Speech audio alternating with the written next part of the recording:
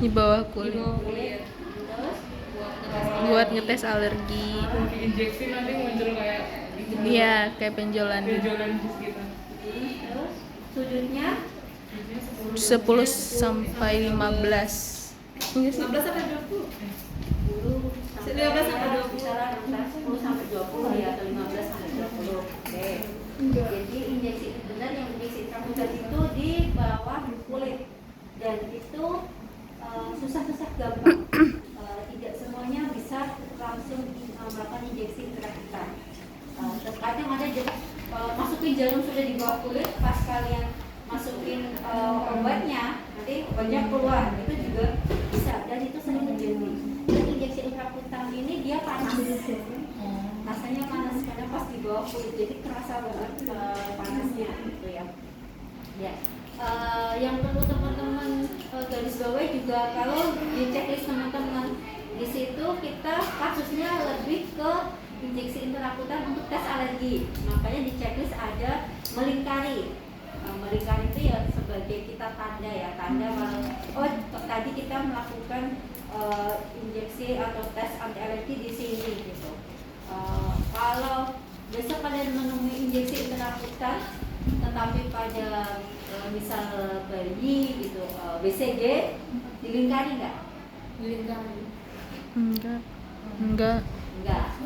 Ya, jadi sebagai catatan, kalau yang di checklist itu kasus untuk Tes alergi. jadi harus kita lingkari. Tetapi kalau besok kalian diminta untuk injeksi BCG itu dengan teknik intrakutan, tidak perlu kita lingkari. Ya sudah, kalau injeksi intrakutan pada anak sudah diinjeksi saja sih, setelah selesai tidak perlu kita lingkari gitu ya. Di sini ada nggak lengan sebelah kanannya ada bekas injeksi? Ada yang nggak ada nggak? Ada. Siapa yang nggak ada? Nggak ada bekasnya. Kamu enggak ada? Enggak ada. Kayaknya udah nggak pernah ngeliatin. Kelihatan banget loh. Enggak lah, pakai rasa juga enggak ada di sini. Yang dari sini enggak ada.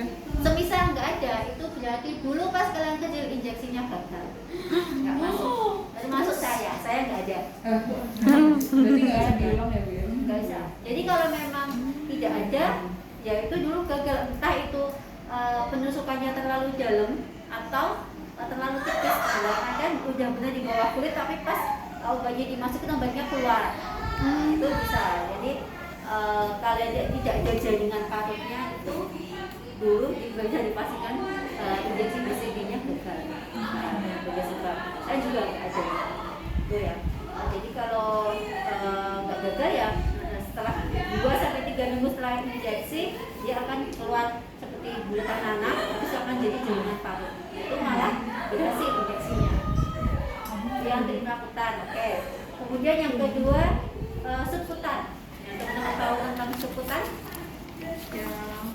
Yang ini Sudutnya berapa? 45 ya. 45. Terus ada lagi nggak teknik khususnya subkutan? Yang 3 di bawah. Enggak keluar darah. Di bawah. Di bawah di dep. Ya, jadi lokasinya di lengan biasanya. Untuk menentukan, paling nggak ini kalian pegang di sini kayak ada tulang. Paling nggak ya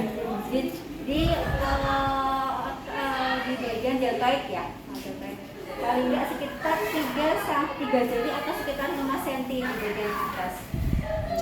Tekniknya adalah kalau intrakutan itu, subkutan itu injeksinya sudutnya 45 derajat kurang lebih. Saat melakukan injeksi kita kumpulkan tubuhnya ya, agar tidak sampai ke otot. Kalau sampai ke otot berarti injeksinya apa? IM. IM.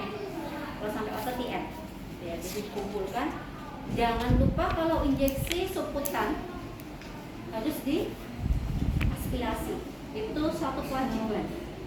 Subkutan, kalian ya, subkutan dan intrakutan itu harus kita aspirasi. Kalau sampai keluar darah harus kita cabut. Jangan sampai pas kalian aspirasi kok ada darahnya, jangan sampai malah obatnya kalian masukkan salah sasaran. Jadi obatnya tidak masuk ke yang seharusnya dia masuk. Jadi kalau pas kalian aspirasi aspirasi ternyata jalan masuk yuk cabut dulu, baru dicari lokasi yang benar, dimasukkan lagi di aspirasi. Kalau pas di aspirasi tidak ada darah keluar, baru obatnya dimasukkan, gitu ya. Tuh. Kemudian internal muskular. Internal muskular sudutnya berapa? 90 derajat ya. Dia juga harus kita lakukan aspirasi sama. Intramuskular berapa ya? Ada yang mereka juga kita kumpulkan, tapi ada juga yang tidak. Jadi tidak ini ya, tidak harus selalu dikumpulkan. Tapi kalau subkutan seringnya kita kumpulkan.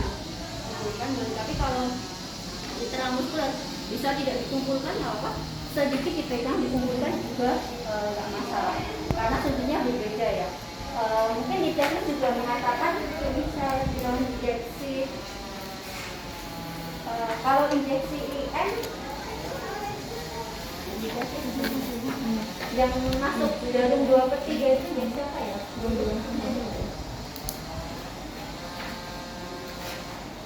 IM Ya. Itu jangan dijadiin patokan ya, dalam artian kalau misal besok kalau ditanya di rumah sakit jarumnya masuk jarumnya masuk 2/3, jangan dijadikan patokan karena tinggi jarum itu kan berbeda. Nah, kalau misal kalian masukin IM bawah jarum semili, juga mungkin kalian masukkan 2/3 masuk semua. Kalau cuma kalian masukkan 2/3 ya kemungkinan dia tidak akan masuk ke otot. Gitu. Jadi ini memang perkiraan biasanya untuk jarum masuk 2/3 itu ya jarum yang normal bisa kita masukkan 2/3. Jadi yang 2/3 jangan selalu jadikan patokan. Kalau jadi patokan ya sudutnya sama lokasi. Nah kalau IM itu banyak ya, ada beberapa lokasi. Ada yang di bokong, ada yang di paha bagian luar, ada yang di lengan juga ada. Jadi mungkin untuk kalau kalian pernah lihat saudara atau keluarga penderita diabetes, dia dilakukan injeksi insulin di lengan, itu pasti dia IM sebenarnya, bukan seputar, jadi IM ya.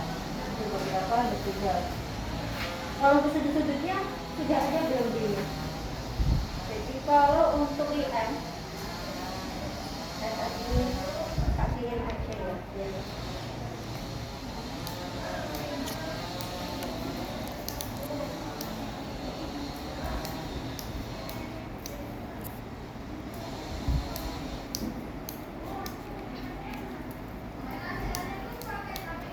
Ini bisa kalian cek dulu. Ini beberapa bagian yang harus diperhatikan saat melakukan injeksi IM. Seperti yang di pantat ya atau di bokong. Ini kita di bagian dorsal buta. Dorsal buta itu mana? Yang di bagian ketiga. Kuadran ketiga. Kuadran ketiga dari mana? Dari bawah. 1, 2, 3, 1, 2, 3, 1, 2, 3, 1, 2, 3, 1, 2, 3. Gimana? Lupa lagi. Kuadran kalau kita ngomong kuadran ketiga, kuadran ketiganya dari mana? Ya. Jadi seperti yang ada di grup itu kita bisa tarik dari iliaka sini. Jadi pada bokong di dorsal biasanya ditaruh di sepertiga, bisa kita di 1/3 sini yang bagian luar. Jadi tidak di tengah-tengah, tidak di sini, tidak di sini, tidak di sini, tapi di bagian sini. Di bagian sini. Gitu ya. Itu untuk yang ada di mata. Kemudian kalau di lengan itu di deltoid. Kalau untuk yang di paha itu biasanya nanti akan kalian dapatkan injeksi yang di paha itu saat menghadapi pasien pajak ibu bersalin. Nanti setelah dia bayinya keluar, sebelum mengeluarkan plasenta, nah itu kalian diminta melakukan injeksi masukkan oksitosin di bagian paha luar secara IM. Nah itu nanti kalian gunakan ke situ, jadi seperti jual paha luar, seperti jual paha luar ini, atau yang tadi digambar itu di bagian otot. Yang pertama ini posisinya di sini. Paling sehingga gambar-gambarnya kalian tahu aja, tahu posisinya yang benar di mana. Itu ya, ini untuk injeksi IM. Kemudian yang keempat adalah intravena. Intravena ini banyak kita pakai untuk pengambilan sampel darah. Tetapi memang semisal pengambilan sampel darah itu kebanyakan diambilnya saat mau infus biasanya. Sebelum digabungkan dengan selang infus biasanya ada dari tenaga laboran yang mengambil sekalian darahnya. Kalaupun tidak dari situ ya biasanya akan dilakukan di vena bagian radialis. Cari yang terbesar, kemudian sudutnya ya kurang lebih sekitar 20 lah, 15 sampai 20 untuk melakukan pengambilan darah atau injeksi intravena. Selain itu juga mungkin teman-teman pernah atau mungkin juga ada yang melakukan injeksi vitamin C. Ada nggak di sini? Nah, kalau misalnya menemui, nah itu juga intravena, langsung masuk ke vena. Misalnya ada beberapa yang injeksi VC kan banyak ya, ada yang di atas tubuh, ada yang memang dia pengen putih, kulitnya lebih putih, itu juga ada. Tapi memang konsekuensinya kalau kalian mengkonsumsi banyak vitamin C harus konsumsi airnya harus banyak. Jadi biar seimbang dengan vitamin C banyak yang masuk, jangan sampai cairan kalian kurang, itu seimbang ya. Jadi itu juga langsung ke intravena. Itu memang kita lebih mudahnya kalau caramu cari yang di bagian radialis ini.